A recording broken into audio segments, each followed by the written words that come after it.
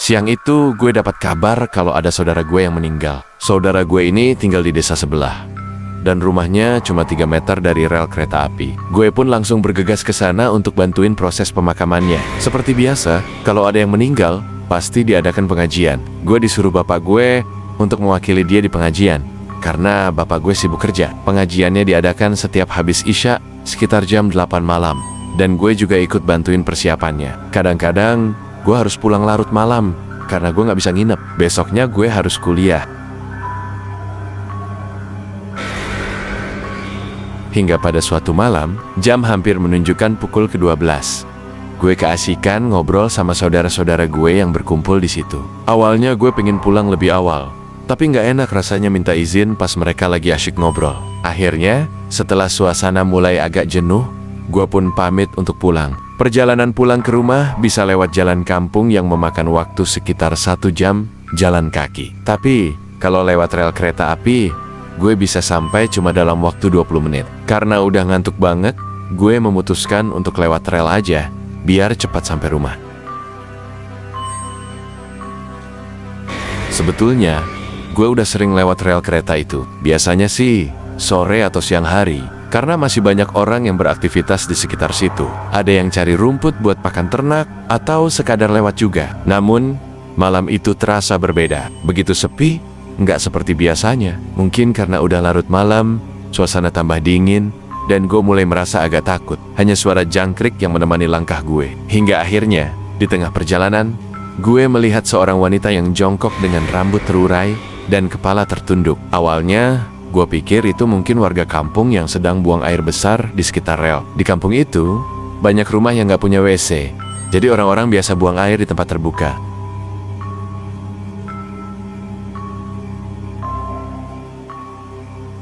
Tapi, saat gue melewati wanita itu dengan jarak sekitar 3 meter, gue mulai merasa ada yang aneh. Rasa penasaran muncul, dan gue menoleh ke belakang. Wanita itu masih ada di tempatnya, tapi sekarang dia sedikit mengangkat badannya. Gue memperhatikan lebih jelas. Baju yang dia pakai kelihatan familiar. Kayaknya gue pernah lihat baju itu, bisik gue dalam hati.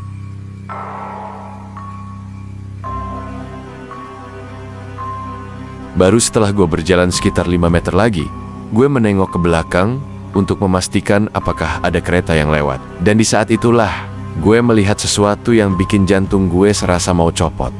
Wanita itu mengangkat wajahnya. Wajahnya penuh darah, rusak, matanya hampir keluar, dan yang paling menyeramkan, dia nggak punya kaki. Gue langsung lemas, seolah-olah badan gue kehilangan tulang. Rasa takut menyelimuti seluruh tubuh gue.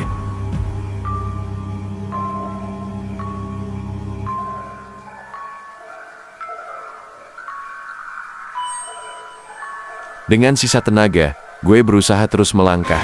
Walaupun kaki terasa berat banget, mata gue yang tadinya berat karena ngantuk sekarang malah melotot kayak ikan koki. Gue berjalan cepat menuju jalan kampung, di mana lampu-lampu mulai terlihat. Itu tandanya gue udah dekat dengan rumah.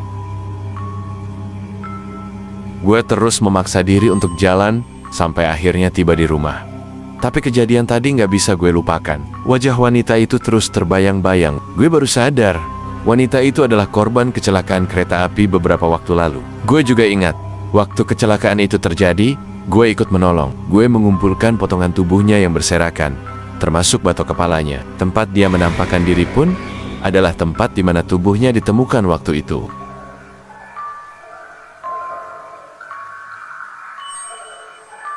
Besok malamnya, gue tetap pergi ke pengajian. Kali ini, adik gue ikut nemenin gue dalam perjalanan pulang.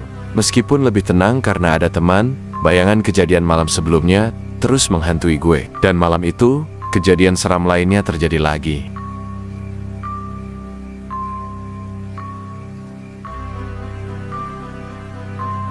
Gue dan adik gue berangkat ke pengajian lagi. Hujan yang turun sejak siang baru berhenti sekitar jam 4 sore karena jalan becek dan licin. Jumlah orang yang datang ke pengajian jauh lebih sedikit. Setelah pengajian selesai, bude gue minta tolong gue buat nganterin makanan sisa ke beberapa warga yang gak sempat datang. Gue pun menyelesaikan tugas itu sebelum akhirnya bersiap untuk pulang.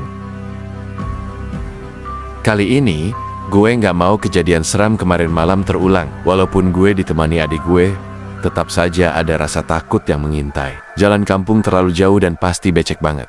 Jadi gue memutuskan untuk lewat rel kereta api lagi. Sepanjang perjalanan, suasana terasa semakin dingin. Suara jangkrik dan kodok menjadi satu-satunya hiburan di tengah keheningan malam. Gue berusaha menjaga keberanian. Apalagi gue harus jadi contoh buat adik gue. Tapi di tengah perjalanan, sebuah suara aneh muncul dari balik pohon pisang di sebelah kanan gue. Krosak, krosak. Suara itu terdengar jelas. Gue langsung nengok ke arah suara itu dengan jantung berdegup kencang. Kayaknya suara tikus atau bajing coy, kata gue ke adik gue. Adik gue langsung ambil batu dari tanah dan melemparnya ke arah suara tadi. Kami berhenti sebentar untuk memastikan apa yang ada di balik pohon pisang itu. Tapi gak ada apa-apa, suara tadi hilang begitu saja. Kami melanjutkan perjalanan, tapi gak lama kemudian, suara lain terdengar.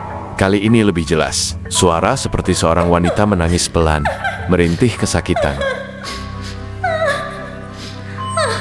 Gue dan adik gue langsung saling pandang. Suara itu kayaknya bukan suara manusia biasa coy, bisik gue ke adik gue. Adik gue mengarahkan lampu flash dari HP-nya ke arah suara itu. Tapi lagi-lagi, gak ada apa-apa. Kami tetap melanjutkan perjalanan, walaupun rasa waspada terus menghantui. Bau busuk mulai tercium di sekitar kami. Bukan bau biasa, tapi bau yang sangat menyengat, bikin mual. Dari mana nih bau kayak gini? Kata gue sambil nengok ke sekitar. Tiba-tiba, gue melihat sesuatu di bawah adik gue berdiri. Itu di bawah? Gue teriak spontan. Adik gue langsung mengarahkan senter ke bawah, dan sosok wanita itu muncul lagi. Kali ini lebih jelas. Wajahnya rusak parah, penuh darah, baju robek-robek, dan dia sedang berusaha meraih kaki adik gue. Gue langsung menarik tangan adik gue, dan kami berdua lari sekencang-kencangnya meninggalkan tempat itu.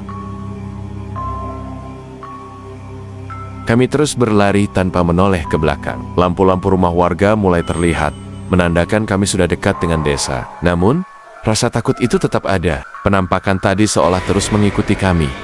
Meskipun kami tahu bahwa kami sudah jauh dari rel kereta itu. Gue nggak tahu apa yang sebenarnya diinginkan sosok wanita itu. Tapi yang jelas, kejadian itu akan terus membekas di ingatan gue.